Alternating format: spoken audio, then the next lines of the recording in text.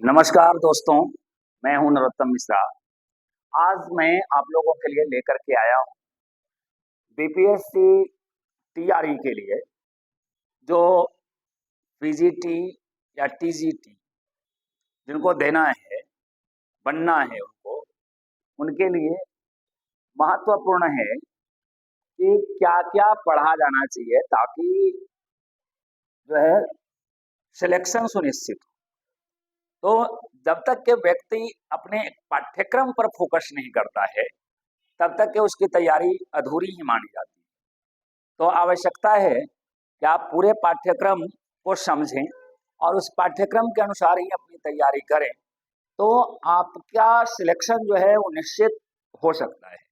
तो मैं आज खास करके टीजीटी और पीजीटी के लिए जो पाठ्यक्रम है, ठीक है ना, उस पाठ्यक्रम पर चर्चा करूंगा। क्या पाठ्यक्रम होगा टीजीटी और पीजीटी जो हिंदी के अध्यापक बनने वाले हैं उनके लिए, है ना। तो चलिए, जैसा कि आप जानते हैं कि बीपीएससी टीआरई में आपको दोनों तरह के प्रश्न आते हैं। साहित्य से भी प्रश्न आते हैं और व्याकरण से भी प्रश्न पूछे जाते हैं।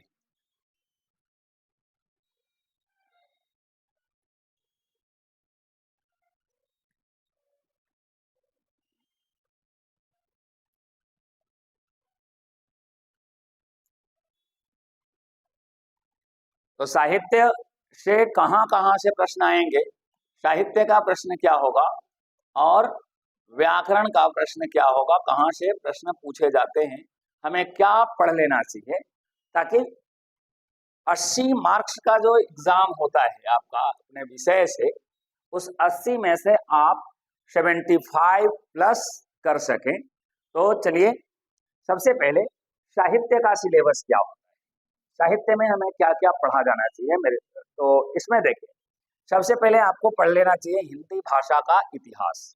हिंदी भाषा का क्या इतिहास रहा है, इसकी जानकारी आपको अच्छे से होनी चाहिए। फिर है हिंदी साहित्य इतिहास लेखन, यानी हिंदी साहित्य का इतिहास किन किन लोगों ने लिखा, उनके द्वारा लिखी हुई पुस्तकों के नाम क्या हैं, कब लिखे गए। तो इस चीज की जानकारी आपको होनी चाहिए, क्योंकि यहाँ से एक न एक प्रश्न पूछे ही जाते हैं। उसके बाद है हिंदी साहित्य इतिहास लेखक। उसके बाद हिंदी साहित्य इतिहास का काल विभाजन।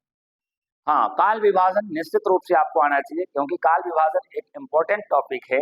आदि काल का फिर परिचय और नामकरण, आदि काल की प्रमुख रचनाएं एवं रचनाकार, ये सभी महत्वपूर्ण टॉपिक हैं आपके लिए। तो इसमें जो है आप इसे जरूर देखें। आगे देखिए, उसके बाद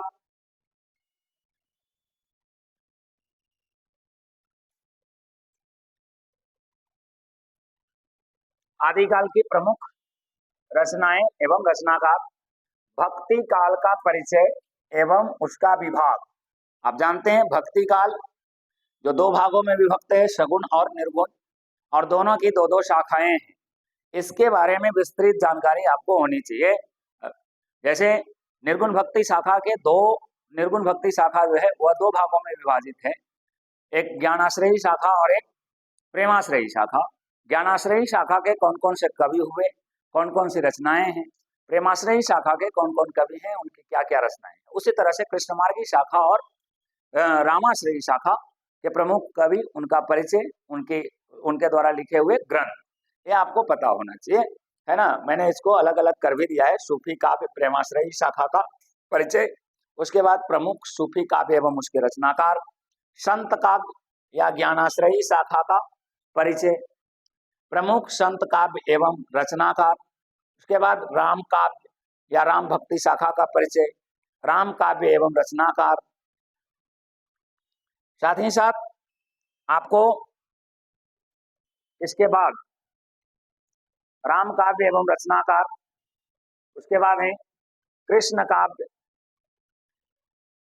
कृष्ण काव्य या कृष्ण भक्ति शाखा का परिचय, प्रमुख कृष्ण काव्य एवं उनके रचनाकार, मैंने इसको डे बाय डे में भी बांटा है। अगर आप एक एक दिन करके एक एक टॉपिक पढ़ते हैं तो मुश्किल से मुश्किल 25 दिनों में अर्थात 1 महीना अगर कंटिन्यू आप इसकी तैयारी कर रहे हैं, टॉपिक वाइज अगर आप पढ़ते जाते हैं तो 1 महीने में आपकी तैयारी अच्छी हो सकती है। उसके बाद है रीतिकाल का नामकरण एवं परिचय। रीतिकालीन काव्य एवं रचनाकार, आधुनिक काल का परिचय एवं उसके भाग। और आधुनिक काल के कई भाग हैं, जैसे भारतेंदु युग है, द्विवेदी युग, छायावाद, प्रगतिवाद, प्रयोगवाद, नई कविता, सातोत्तरी कविता, समकालीन कविता। तो ये सभी टॉपिक आपके लिए महत्वपूर्ण है। उसके बाद इसमें हम देखें तो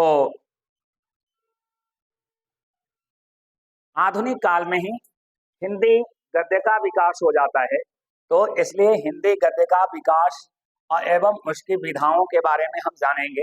प्रमुख निबंध एवं निबंधकार, प्रमुख नाटक एवं नाटककार, प्रमुख उपन्यास एवं उपन्यासकार, प्रमुख कहानियां और कहानीकार, मतलब कौन कौन से कहानियां लिखी गई, उसके कहानीकार कौन हुए, प्रमुख एकांकियां एवं एकांकीकार।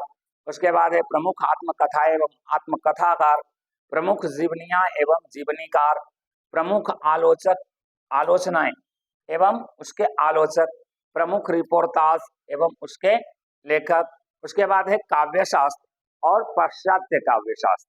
यानी कुल मिलाकर के साहित्य में अगर आप 38 दिन भी देते हैं, है ना, आप डे बाय डे इसको पढ़ते जाएं, एक दिन में एक टॉपिक आप पूरा करें, इससे क्या होगा कि 38 दिन में साहित्य का जो सिलेबस है आपका लगभग कवर हो जाएगा। अगर 2-4 दिन एक्स्ट्रा भी लगता है तो कोई बात नहीं, मतलब अगर आप मान के चलें 45 दिन अर्थात 1.5 महीने का समय आपको साहित्य के सिलेबस कंप्लीट करने में लगेंगे। इसके अलावा ग्रामर से भी प्रश्न पूछे जाते हैं, व्याकरण से संबंधित प्रश्न हैं, तो उसमें कितना समय लगेगा और क्या क्या पढ़ा जाना चाहिए, तो उसको भी आप देख सकते हैं।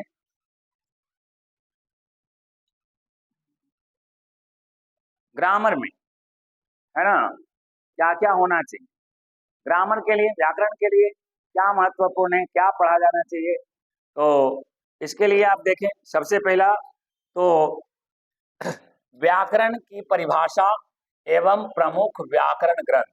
परिभाषा का मतलब एक परिभाषा आपको याद नहीं कर लेना है, बल्कि अलग अलग विद्वानों के जो द्वारा जो परिभाषाएं दी गई हैं उन सभी परिभाषाओं के बारे में जानकारी, और जिन विद्वानों ने मतलब परिभाषाएं दी है उनके बारे में आपको जानकारी होना चाहिए। कौन कौन से व्याकरण ग्रंथ लिखे गए, उन व्याकरण ग्रंथों के नाम, क्योंकि पिछले टीआरई के एग्जाम में देखा गया है कि व्याकरण से संबंधित, व्याकरण ग्रंथों से संबंधित, उनके रचनाकारों से संबंधित जो है प्रश्न पूछे गए हैं।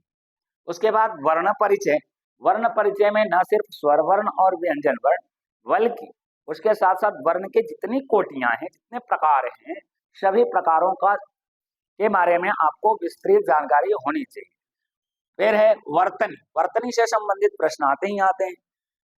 संधि, उपसर्ग, प्रत्यय, समास, शब्द परिचय एवं प्रकार, संज्ञा, सर्वनाम, विशेषण, क्रिया, क्रिया विशेषण, संबंध बोधक, समुच्चय बोधक, विस्मयादि बोधक, लिंग, वचन, कारक, निपात, काल, वाच्य, रस, छंद, अलंकार। उसके बाद पर्यायवाची शब्द, विलोम शब्द, ये सभी महत्वपूर्ण है। मतलब इन टॉपिक से प्रश्न पूछे ही जाते हैं। उसके बाद आप देख सकते हैं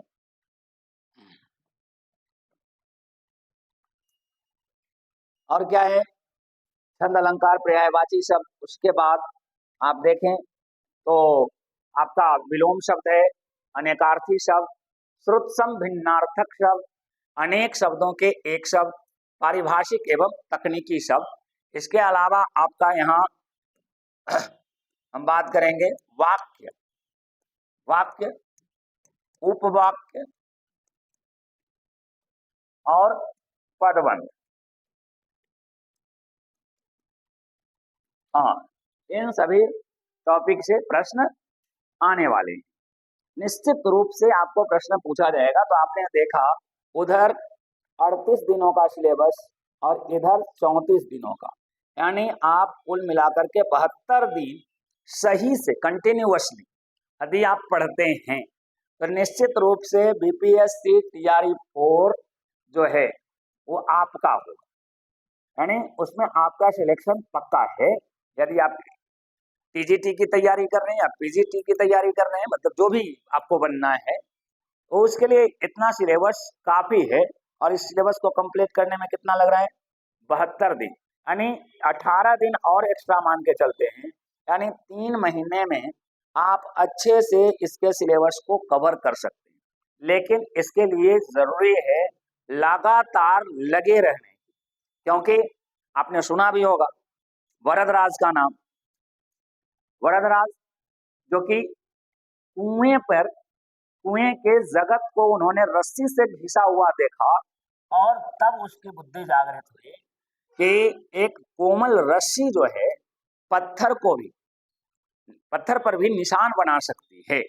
लेकिन उसके लिए आवश्यकता है कि आप लगातार उस काम को करते रहें, कंटिन्यूअसली उसमें लगे रहें, तभी संभव है।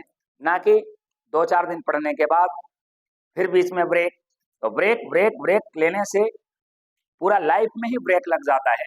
इसलिए ब्रेक नहीं लेना है, आप कंटिन्यू जुड़े रहें हमारे साथ। यदि आप ऑफलाइन बैच ज्वाइन करना चाहते हैं तो आप आ सकते हैं हिंदी समग्र में, जहां कि आपको पूरे सिलेबस की तैयारी के साथ साथ आपको सेट प्रैक्टिस भी कराया जा रहा है। जी हाँ, बाकी विशेष जानकारी के लिए आप हमें कॉल कर सकते हैं, जो यहाँ नंबर दिया हुआ है। इस नंबर पर आप संपर्क करके, और साथ ही साथ आपको पता हो कि बीपीएससी टीआरई 4 के लिए सभी विषयों के लिए सुयोग्य एवं अनुभवी शिक्षकों का टीम जो है वह आपका जाना माना शिक्षण संस्थान, जो कि जहानाबाद में एक खास पहचान बनाए हुए है, जो शिक्षक फैक्ट्री के नाम से जाना जाता है, दिव्य दृष्टि क्लासेस। जी, यह दिव्य दृष्टि क्लासेस में आप आ सकते हैं और यहाँ से आप अपनी संपूर्ण तैयारी कर सकते हैं। यहाँ सभी विषयों के सुयोग्य एवं अनुभवी शिक्षक उपलब्ध हैं। साथ ही साथ सेट प्रैक्टिस की भी व्यवस्था कराई गई है। कहीं से कोई दिक्कत आपको होने वाला नहीं, यानी कुल मिलाकर के आप कह सकते हैं आपका सिलेक्शन पक्का। धन्यवाद।